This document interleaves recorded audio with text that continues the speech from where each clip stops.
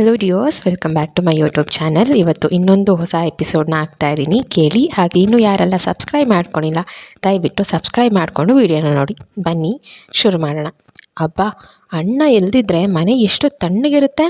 ಅವನ ಮನೇಲಿ ಇದ್ಬಿಟ್ರೆ ಡಮ್ ಡಮ್ ಪಟ್ ಪಟ್ ಅಂತ ಒಳ್ಳೆ ದೀಪಾವಳಿ ಪಟಾಕಿ ಥರ ಸಿಡಿತಾನೇ ಇರ್ತಾನೆ. ನಿಶಾ ಅಂದು ಸಂಜೆ ತನ್ನ ಅಣ್ಣನ ಅನುಪಸ್ಥಿತಿಯನ್ನು ಮನೆಯವರೆದುರಿಗೆ ಈ ರೀತಿ ನೆನಪಿಸ್ಕೊಂಡಾಗ ಎಲ್ಲರ ಮುಖದಲ್ಲೂ ಕಿರುನಗೆ ಅರಳಿತ್ತು. ನಿಜ, ಅವನ ಮನೆಯಲ್ಲಿದ್ದರೆ ಸಿಡಿಯೋ ಪಟಾಕಿಯೇ ಸರಿ.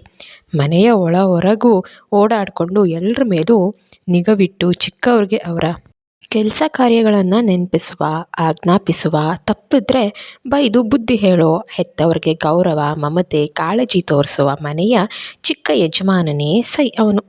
ಈಗ ಶಶಾಂಕ್ನಂತೂ ಅಣ್ಣನ ಮಿಮಿಕ್ರಿಯನ್ನೇ ಮಾಡೋದಕ್ಕೆ ಶುರುವಿಟ್ಕೊಂಡಿದ್ದ.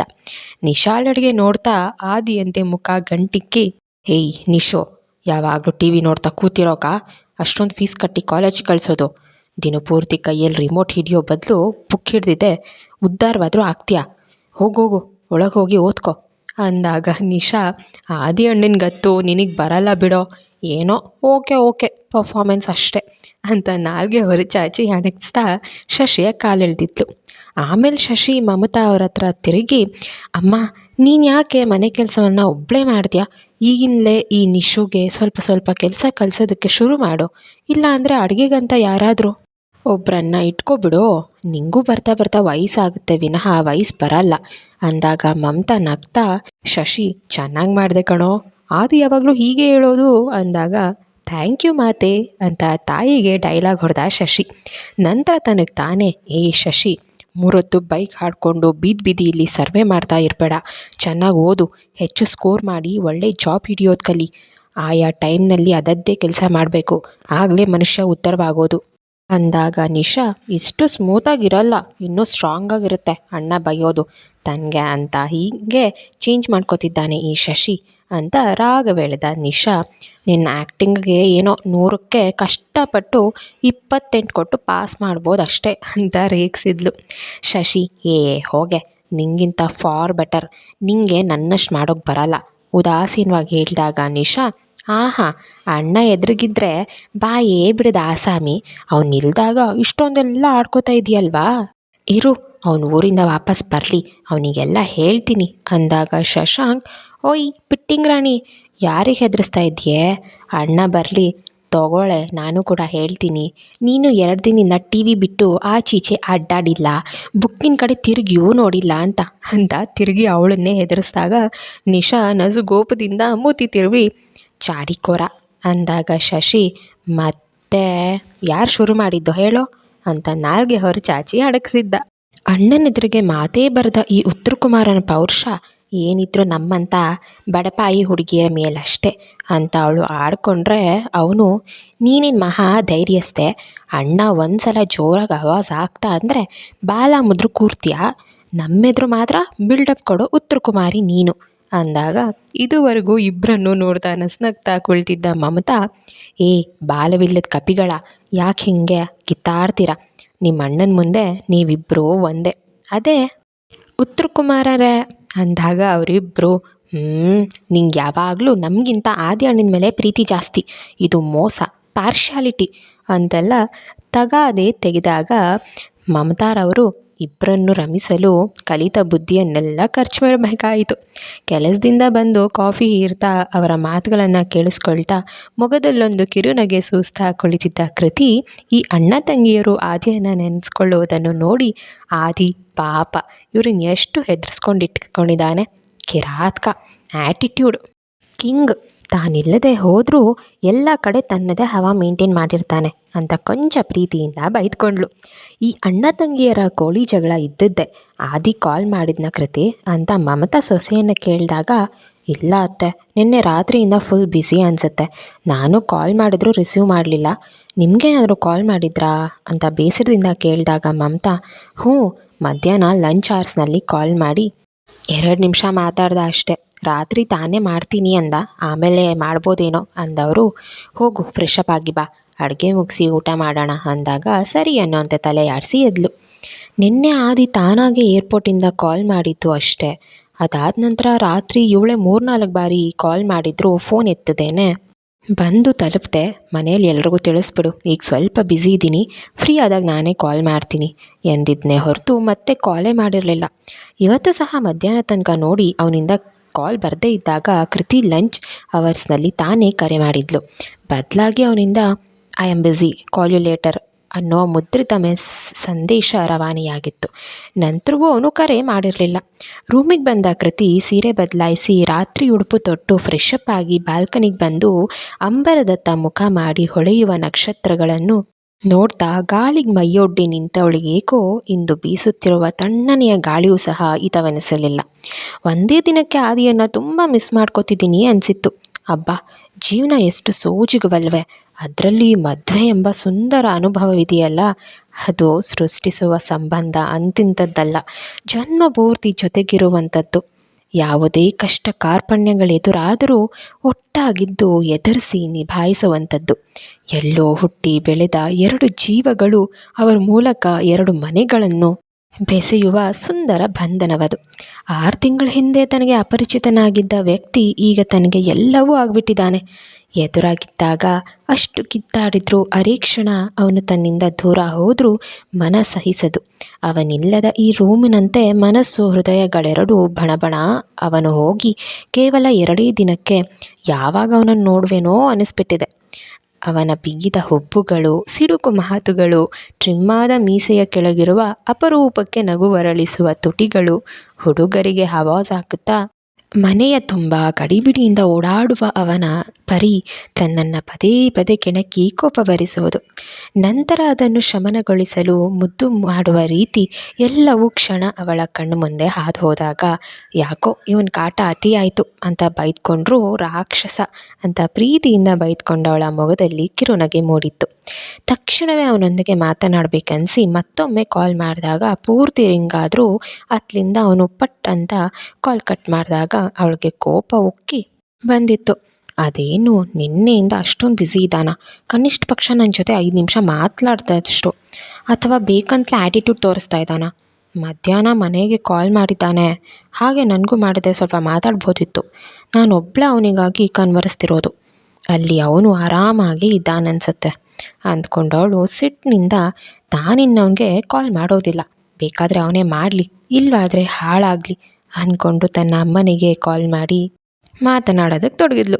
ಕುಶಲೋಪರಿಗಳಾದ ನಂತರ ಅವರು ಸಹ ಆದಿ ಬಗ್ಗೆ ವಿಚಾರಿಸಿದಾಗ ಸ್ವಲ್ಪ ಹೊತ್ತು ಮಾತಾಡಿ ಫೋನ್ ಇಟ್ಟು ಬೇಸರದಿಂದ ಹಾಗೆ ಹಾಸಿಗೆ ಮೇಲೆ ಉರುಳ್ಕೊಂಡಿದ್ಲು.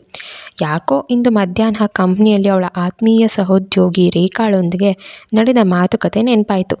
ಸದ್ಯಕ್ಕೆ ಕಂಪ್ನಿಯಲ್ಲಿ ಅವಳು ತನ್ನ ಕಾಲೇಜಿನ ಗೆಳೆಯ ಅಭಿಯನ್ನು ಬಿಟ್ಟರೆ ರೇಖಾಳೊಂದಿಗೆ ಸ್ವಲ್ಪ ಹೆಚ್ಚು ಆತ್ಮೀಯವಾಗಿರೋದು. ಮಧ್ಯಾಹ್ನ ಕ್ಯಾಂಟೀನಲ್ಲಿ ನಿಂತಾಗ ಇವಳು ಮಾಡಿದ ಕಾಲ್ಗೆ ಆದಿ ಸ್ಪಂದಿಸ್ತಿದ್ದಾಗ ಇವಳು ಬೇಸರವಾಗಿದ್ದನ್ನು ಗಮನಿಸಿದ ರೇಖಾ, ಯಾಕಮ್ಮ, ಪತಿ ಪರಮೇಶ್ವರನ ನೆನಪಾಗ್ತಿದೆಯಾ? ಒಂದೇ ದಿನಕ್ಕೆ ವಿರಹ ವೇದನೆ ತಾಳಲಾಗ್ತಾ ಇಲ್ವಾ? ನೀನೇ ಹೀಗಾಡ್ತಾ ಇದ್ದರೆ ನಿನ್ನ ಹಬ್ಬಿಗೆ ಇಷ್ಟು ಸುಂದರ ಮುದ್ದು ಹೆಂಡತಿಯನ್ನು ಬಿಟ್ಟಿರೋದಕ್ಕೆ ಎಷ್ಟು ಕಷ್ಟವಾಗಿರ್ಬೋದು, ನೀನೇ ಯೋಚಿಸು ಅಂತ ತುಂಟನಿಗೆ ಬೀರ್ತಾ ಕೇಳಿದಾಗ ಕೃತಿ ಉದಾಸವಾಗಿ, ಅವ್ರಿಗೆ ನನ್ನ ನೆನಪಲ್ಲಿರುತ್ತೆ, ನಾನೇ ನೆನಪು ಮಾಡ್ಕೊತಿರೋದಕ್ಕೆ ಅಷ್ಟೆ, ನಾನೇ ಕಾಲ್ ಮಾಡಿದ್ರೂ ರಿಸೀವ್ ಮಾಡಲಿಲ್ಲ, ಅಷ್ಟು ಬ್ಯುಸಿ ಅವರು ಅಂದಾಗ ರೇಖಾ ಅಚ್ಚರಿಯಿಂದ, ಹೌದಾ, ಹಾಗಾದರೆ ನಿನ್ನ ಹಬ್ಬಿ ಫುಲ್ ಡಿಫ್ರೆಂಟ್ ಅನಿಸುತ್ತೆ. ನನ್ನ ಗಂಡ ಅಂತೂ ಕೆಲ್ಸದ ಮೇಲೆ ಎಲ್ಲಾದರೂ ಟೂರ್ ಹೋದರೆ ಅರ್ಧ ಗಂಟೆಗೆ ಒಂದು ಸಲ ಕಾಲ್ ಮಾಡೋದು, ಅಲ್ಲಿನ ವಿಷಯ ಅಪ್ಡೇಟ್ ಮಾಡೋದು, ಮಿಸ್ ಯು ಅನ್ನೋದು, ವೀಡಿಯೋ ಕಾಲ್ ಮಾಡಿ ಲುಕ್ಕಿಂಗ್ ಅಮೇಝಿಂಗ್, ನಿನ್ನ ನೋಡ್ತಿದ್ರೆ ಈಗಲೇ ಎಲ್ಲ ಕೆಲಸ ಕಾರ್ಯ ಬಿಟ್ಟು ಬಂದುಬಿಡೋಣ ಅನಿಸುತ್ತೆ ಅಂತ ಹೇಳ್ತಾ ಇರ್ತಾರೆ. ಓ ಗಾಡ್, ಅವರು ಊರಿಗೋದ್ರೆ ನಾನು ಇರೋ ಕೆಲಸವೆಲ್ಲ ಬಿಟ್ಟು ಬರೀ ಫೋನಲ್ಲೇ ಮುಳುಗಿರ್ಬೇಕು ಯಾವಾಗಲೂ, ಆ ರೇಂಜಿಗೆ ಮಿಸ್ ಮಾಡಿಕೊಂಡು ಕಾಟ ಕೊಡ್ತಾರೆ. ಹೀಗೆ ಹೇಳುವಾಗ ರೇಖಾಳ ಮುಖದಲ್ಲಿ ನಾಚಿಕೆ, ಗಂಡನ ಬಗ್ಗೆ ಅಭಿಮಾನ ಎಲ್ಲವೂ ಕಾಣಿಸ್ದಾಗ ಕೃತಿಗೆ ಕ್ಷಣ ಬೆಚ್ಚೆನಿಸಿದ್ರು. ತನ್ನ ಗಂಡನ ಗುಣ ಸ್ವಭಾವವೇ ಬೇರೆ.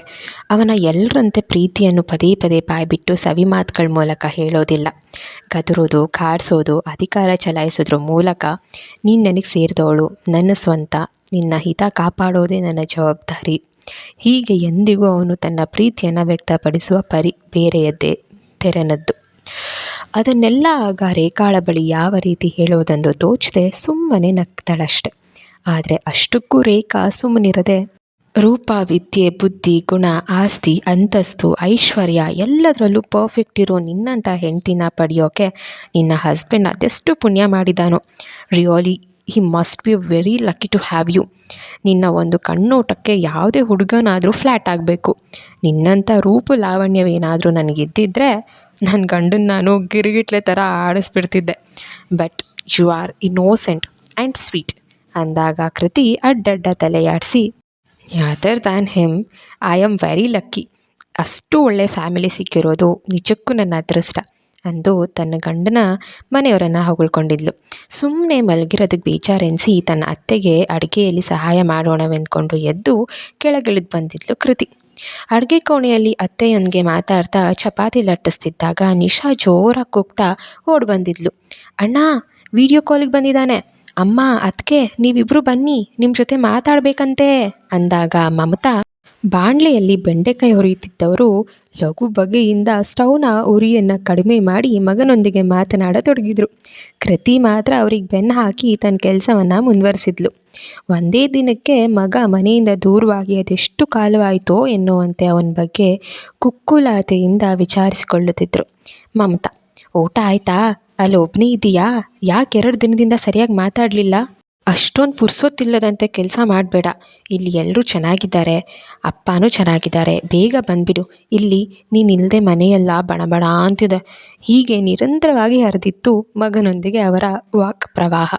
ಅಮ್ಮ, ಇವತ್ತೆಲ್ಲ ಬಿಟ್ಟರು ನೀನು ನಿನ್ನ ಮುದ್ದಿನ ಮಗನ ಜೊತೆ ಮಾತಾಡ್ತಾನೆ ಇರ್ತೀಯ, ಸ್ವಲ್ಪ ಅದಕ್ಕೇನೋ ಮಾತಾಡಲಿ ಬಿಡು ಅಂದ ನಿಶಾ ಅಮ್ಮನನ್ನು ಪಕ್ಕಕ್ಕೆ ಸರಿಸಿ ಮೊಬೈಲನ್ನು ಕೃತಿ ಮುಂದೆ ಹಿಡಿದಾಗ ಅವಳು ಅದರ ಹತ್ರ ತಲೆ ಎತ್ತಿ ನೋಡದೆ ಕತ್ತು ಬಗ್ಸಿ ತನ್ನ ಕೆಲಸ ಮುಂದುವರಿಸಿದಾಗ ಅತ್ಲಿಂದ ಆದಿ ತನ್ನವಳನ್ನು ನೋಡ್ತಾ, ಏಯ್ ನಿಶು, ಇದ್ಯಾರೇ ಹೊಸಬ್ರು?